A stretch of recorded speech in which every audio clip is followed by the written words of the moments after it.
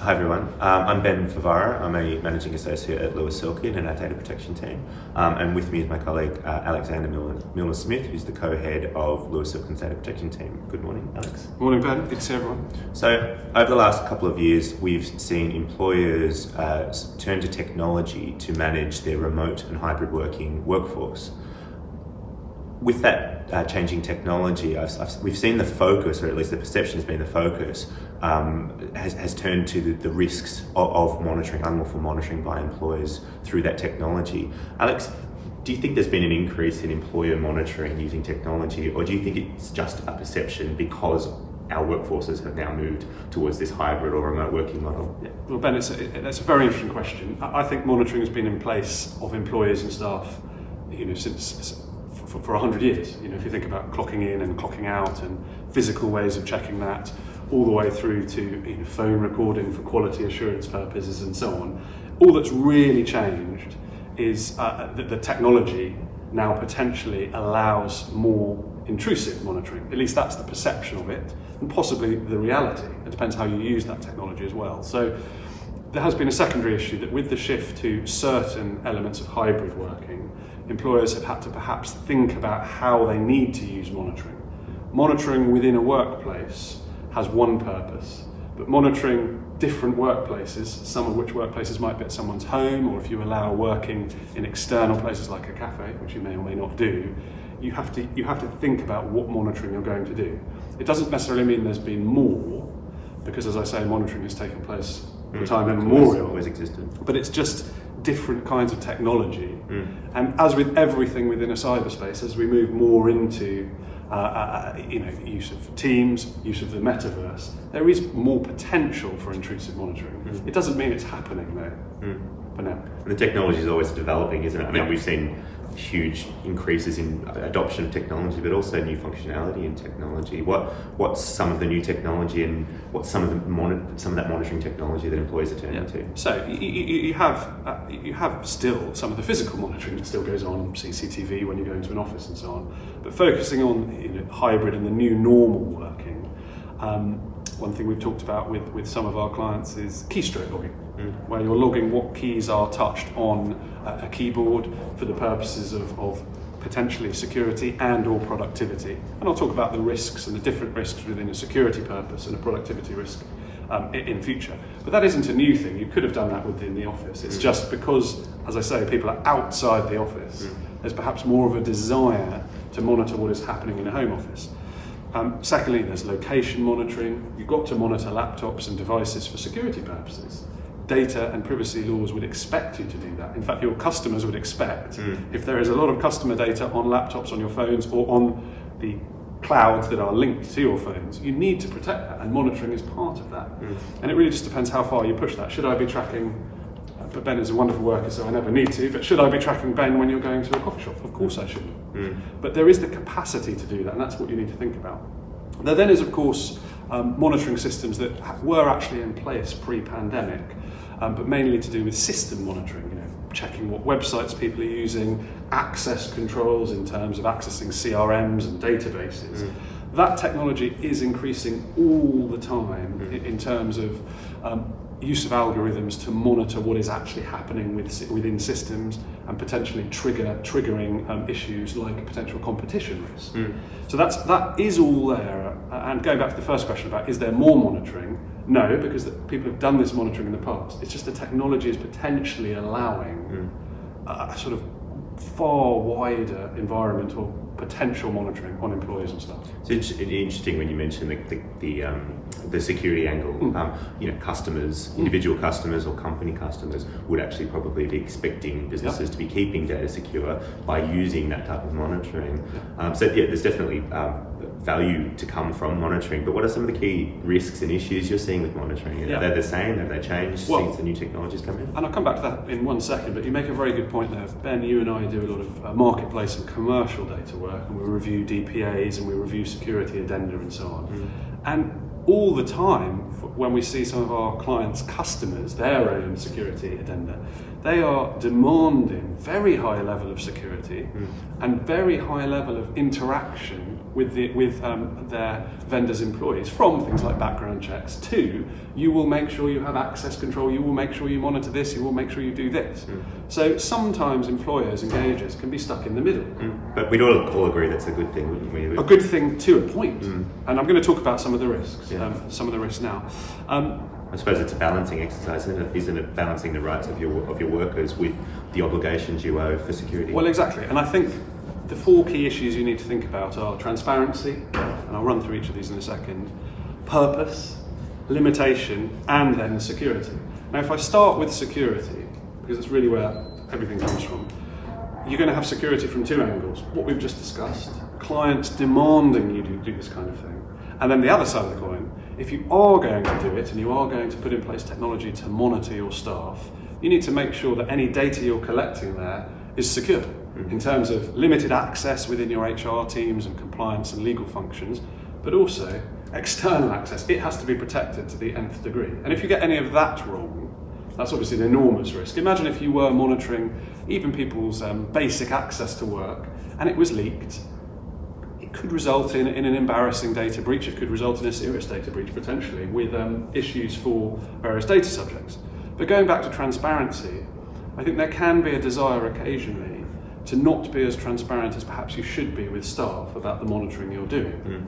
And that can be a risk, because if you are monitoring at, say, 10 out of 10 level, just for heuristic's sake, and you've only really described 5 out of 10 level, and then were there a breach, or were a data subject to bring a subject access request, that will then all come out, and you would then fail on transparency. It would feel like a massive breach of trust, I think, if an employer had said one thing and then it was discovered to be doing something far in excess of that. Well, absolutely, and that's then a risk. You see, you can think of these technical risks that we sit as lawyers giving this technical advice, but if it goes wrong and you do lose that trust with your staff, that erosion of trust can have myriad different knock-on impacts in terms of further technology you want to put in place, they won't trust it, claims, complaints, grievances, and so on. So transparent security, absolutely key. Transparency is absolutely key.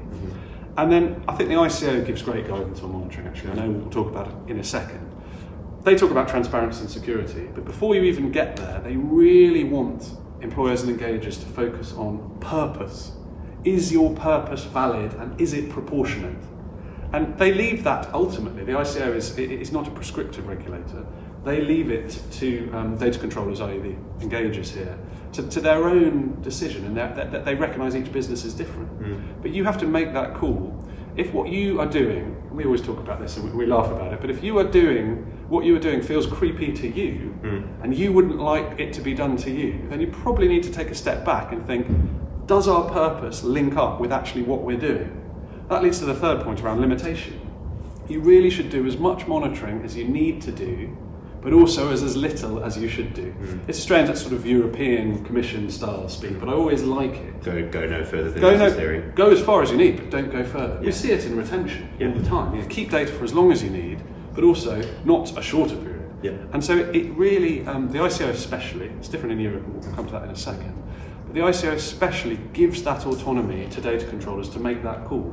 And if you decide you need to monitor your home workers with a drone 24/7 over their house, foolish, fatuous example, but I'm going to say that is a risk, obviously. But if you've made that choice, you're going to be, you're giving yourself a problem there. If actually you've been careful and you've thought, these are the 4 issues we need to protect against, and this is why this technology helps here and this technology helps here, and you've done a data protection impact assessment, and you've thought about what works in the UK, does it work in Germany, does it work in the United States?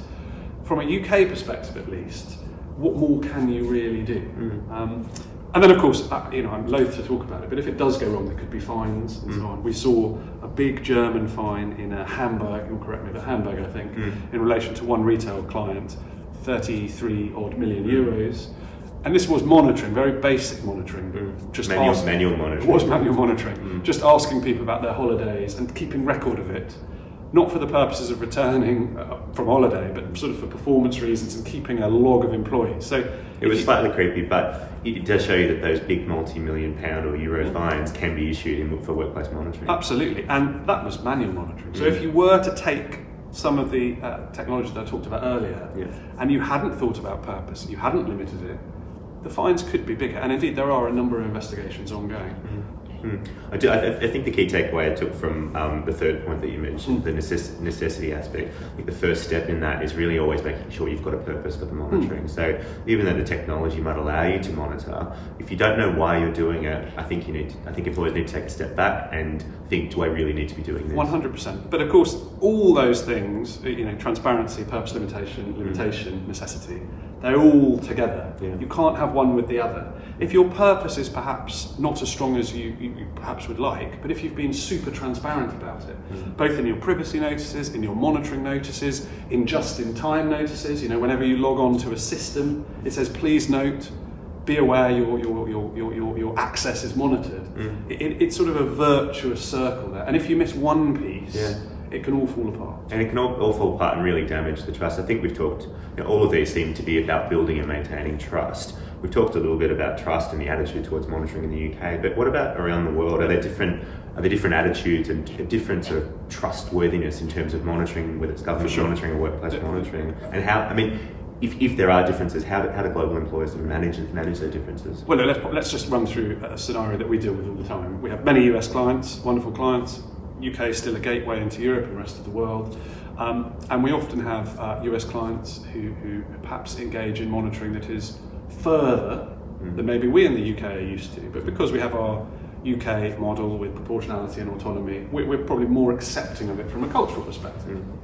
But you might have that US client, for the sake of practicality, wanting to roll out the same model of monitoring across their whole property of companies. That might be France, Germany, Singapore, Australia. But I think it's very important for clients to understand that each of those countries has different laws, of course, albeit in Europe, and Europe with a capital E, it's based on the GDPR, UK GDPR, but they have also a different cultural understanding. What is seemingly vanilla monitoring in the UK might have a very different reaction in Germany because of cultural reasons that I won't go into now. Equally, France, Italy, and in the Middle East, there are different cultural issues, and it may be that you have to have at least a few tweaks in certain countries just to protect you from falling into that cultural trap. We see it in an analogous way with diversity, equality monitoring, in that the US does it, we do it. In fact, very clearly, our government has accepted it in our law. It's mentioned in the Data Protection Act 2018. But the moment we cross the English Channel, we see a very different approach in the whole of the EU 27. And we see a very different approach even when we go through outside Europe. So the monitoring is exactly the same. And if you are going to take a homogenous approach, you just need to be aware of the risks, and perhaps you need to focus on transparency. Maybe you need to bring works councils and employee bodies with you to try to mitigate against some things that are just there. You're not going to change the cultural approach in a country, even, no matter how big you are. So you just need to be aware of it. Sounds like the laws are one thing, so you might be breaching laws in these particular countries. But also, I'm thinking of the practical reason. You don't want to damage the relationship you've got with staff around the world. So it's really important, I think, for employers to be sensitive and aware of those cultural differences when it comes to employee monitoring. It does surprise us, Ben, and we've seen this when putting in place a piece of HR software, an HRIS system, pretty vanilla, we always think, in the UK. It can be regarded with absolute suspicion in other European countries, even though it shouldn't be, from our perspective. You just have to be respectful of that and work through it. It might take you 8 months to implement that in X country rather than 1 month in the UK. So build it into your plan. It's a long time when you're trying to bring in a project. It is. So you just need to build that in early doors. Don't be surprised that the deadline is the 1st of February and maybe X country is saying, 1st of February next year. Just have to build that in so that there's eyes wide open about what the risk is. Absolutely. So we've thought about the rest of the world, we've spoken a bit about Europe, bringing it back to the UK. I understand the ICO, the UK regulator, has recently consulted on employee monitoring. Tell us a little bit about that. So they, you'll have to correct me, I think late 2022, November-ish, the ICO released their new draft monitoring code, long, 40-50 pages. As always with the ICO, super pragmatic, great examples all the way through, probably every example you'd ever see, even talks about AI and so on, so it goes all the way from vanilla monitoring to sophisticated monitoring. But they start with, and clearly in their executive summary and in the start of each paragraph, they'd say, If you don't have a purpose, you probably can't do it. If you do have a purpose, think about transparency, limitation, and security, retention. So it's the exact example those of principles. Those principles. Yeah. And the ICO himself is very keen on giving autonomy to data controllers. And he's said very clearly over the last year, since he took over from Elizabeth Denham, that he really cares about real harm. Children's code issues, personalised advertising that can be intrusive, and he would care about intrusive monitoring that has no purpose. There is no doubt about that. Yeah.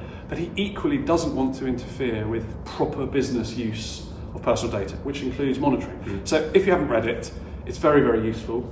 From a European perspective, things are different. We have now moved on with Brexit, so whether this will be followed in Europe, I don't know. The European Data Protection Board still looks at ICO guidance. Other regulators look at ICO guidance. But going back to the cultural difference issue, hands are going to be tied somewhat. But it's a very useful document, and I hope it gets fully implemented. Do you think there'll be any major changes that come from it? No. So I don't think so. It's really just linking it back to those principles. 100%, and it's a very good piece of guidance, and it's part of their update of their employment practice code, which again has practicality, proportionality, and fairness and reasonableness at its core. I'm very thankful for those employment practice codes. So the ICO, they're incredibly valuable resources for employers to fall back on, to review, well set out, and it really can help you set out the issues that you need to think about when you're thinking about employee monitoring. That includes all their guidance, be it on subject access requests, background checks. There's always, in the main, I wouldn't say always, but useful guidance. Yeah, and as you say, normally quite practical as well. Always. Yeah. Great, well thank you, it's been lovely talking to you. Ben, it's always good to see you. Thank you. Thanks.